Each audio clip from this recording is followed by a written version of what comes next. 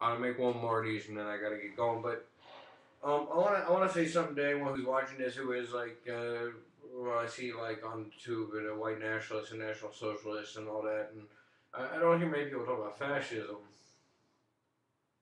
I went to graduate school. I wanted to be a fascist intellectual. I found out that wasn't. Well, anyway, I thought I wanted to be a right wing intellectual, fascist intellectual, but but I want to say something to people about that because like I also don't like to keep a lot of secrets like that. I don't believe in. I think original thought is a sign of decadence. That's what Yaki said. That is to say, like I'm not having any original thoughts. It's just my influences are like different than other people's, but I'm not saying any original ever. What I mean by that is that you don't need to be original. There's just sources for things, and it's just a matter of like what you're stuffing in your head and what you're not. And what constitutes educated now is some form of Zionist mind control, like this one form of being educated, as they're reading certain kinds of books, certain philosophers, certain thinkers, certain people. So I'm saying I just read different ones, but it's not original. Now, but where's a lot of these attitudes about thinking historically come from? I want to say something for the fascists and then people watching who believe in those sorts of things, which is a lot of my ideas about the world and ideas about how you're supposed to be and everything, how you're supposed to think came from the futurists. A lot of people don't know the people who founded the original fascist party in Italy also founded the futurist art movement, and the ideas that they felt. And this is where I got all that stuff about right-wing indigos. They used to joke about on Facebook. The idea behind that was, and then saying, "Oh, who are the indigos and the indigo art and all that, and the indigo fascists." Well, part of the joke, or the joke I was making with myself, was that they're right. And people who founded the fascist movement, what they're saying is that the fascist movement had the true political movement has an aesthetic, like that is that like oh we could talk about our politics, but like if you really want to understand what the politics are about, you have to look at these paintings. That was like the concept of politics, like and which is interesting. It does tell you something about the shallowness and stupidity of like the liberal movement. That is to say, who is the great artist of the Obama movement? Well, it's a guy called Shep Ferry. That's the guy who still silkscreened my T-shirts that I made for high school when I was 15. If anyone still has one of my yellow mush mouth holding a 40 ounce with a beeper T-shirts, yeah, those were silkscreened by Shepard Ferry. Lived on Angel Street in Rhode Island. Went to RISD. Silkscreened my T-shirts of mush mouth, and he's the great artist of the Obama movement. He made a shirt that's apparently supposed to be someone's sense of humor. It's a picture of Obama that says hope or it says obey, and in both cases on the back it has the Mao sun, and they marketed that to black people walking around wearing a hip hop shirt of a guy called Obama with a Mao flag behind him. Some very twisted people in that movement. But anyway, there's an example of that's the artist of that movement, Shep Ferry. He did the Beastie Boy, a T-shirt with the bees, two bees, and a cup of tea, and the boys, the Beastie Boys. That Shep Ferry thought of that. He did the Obama poster. That's the great artist of the movement. Okay, so in that kind of that vein, that there is an aesthetic or an art form that expresses the politics, right? So like the fascist movement, their art form they expressed it was like the futurist paintings.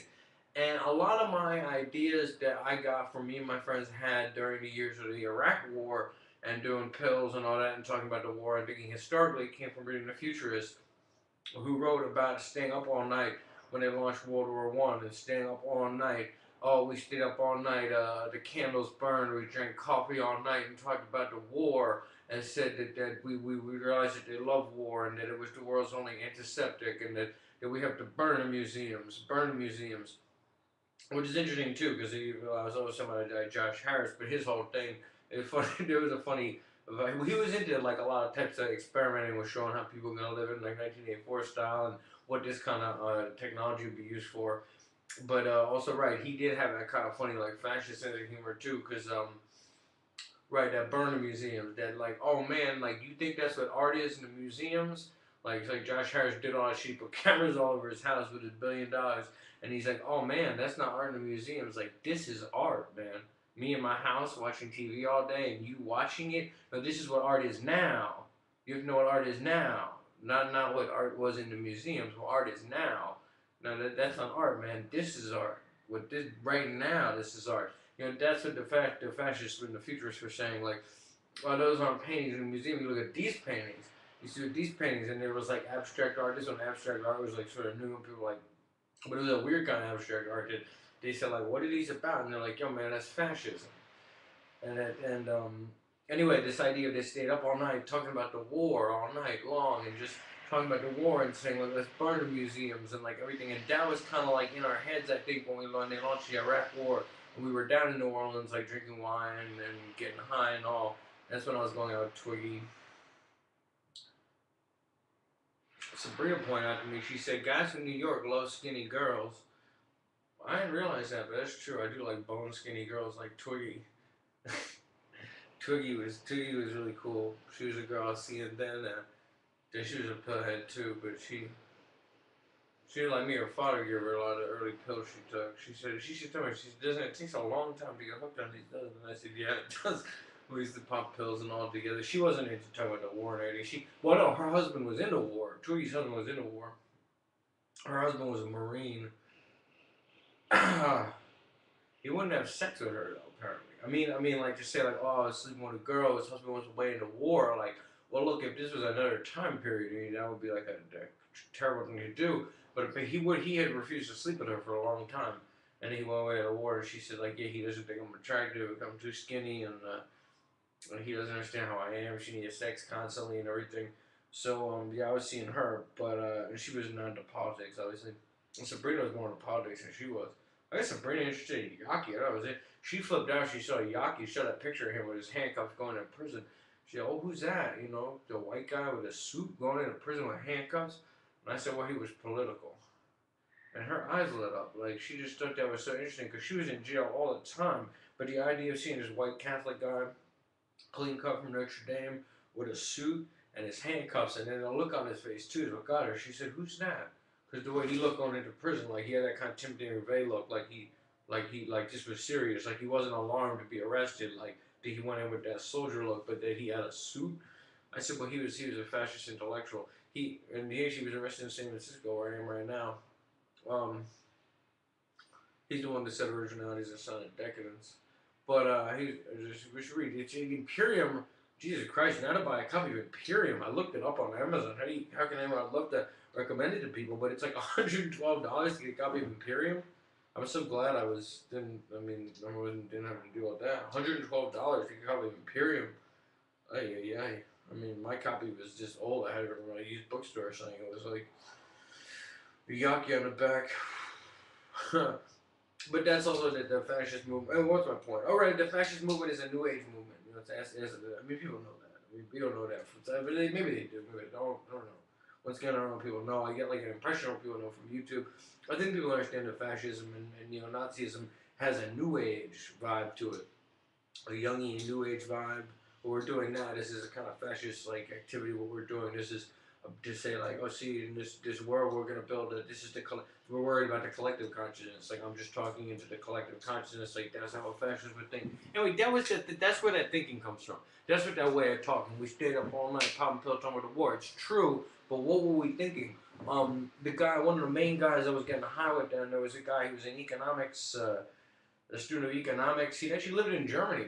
Interesting. He was a guy from Baton Rouge who lived in Germany for a long time. And he was the one that told me something which I've never heard before, but which makes perfect sense, which is he said, right, because of the Nazi economic structure, he said, well, one of the great things about it is that psychologically, they actually don't see, they hear where we live in a class war economy. He said, he was on the beach in Alabama, we were in Gulf Shores, Alabama, in the water.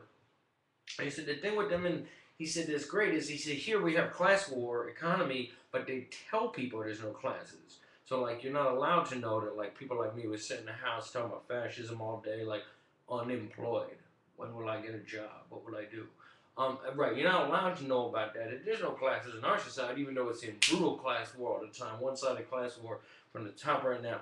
But what it was one-sided class war from the other side about 40 years ago. But the point is, he's saying, no, see, in Germany, he said, what's interesting is, I mean, of course, they have different socioeconomic people, but they don't, he says psychologically, they don't have class differences the way we do. And he was right, because when I worked for a guy called Peter that had a publishing house, I remember thinking it was so interesting how Peter had a publishing house, but then his friend Hans would come from Germany, and basically Hans was just doing work, building like tables and stuff in the office, But Hans and was a workman, you know, and but he and Peter would smoke cigarettes and talk all day, and that Hans's daughter would come, and the Hans and the daughter stayed with Peter. I thought that's so interesting, like a multi-millionaire publisher, and that guy who fixes his tables stays in his house with his daughter, and he and Hans talk all night, right? Because in Germany, and there are a lot of publishers in America, he was a Jewish publisher, but in Germany, he spoke German fluently, and there's a great deal of German publishing and Bertelsmann and all that. Maybe I don't know, but he said, all right, they don't psychologically have class differences in the way we do. That was what this guy from this economics guy. Anyway, he and I, and the people, and we just did one night talking about the war and everything. I mean, don't get me wrong, we were getting laid and all. I was banging Twiggy, and he was fucking this girl who was, and her father like owned a town or some shit. His father was in politics in the town. He used to say, man, I fucked her in the car last night. Or it wasn't like just sitting around being intellectual, but I'm saying that's where all this thinking comes from. And this is like futurist type ways of thinking about the world. I don't know. All right, enough fun with this stuff. I actually do go do something. I do it either in an A meeting once a day or, you know, go off the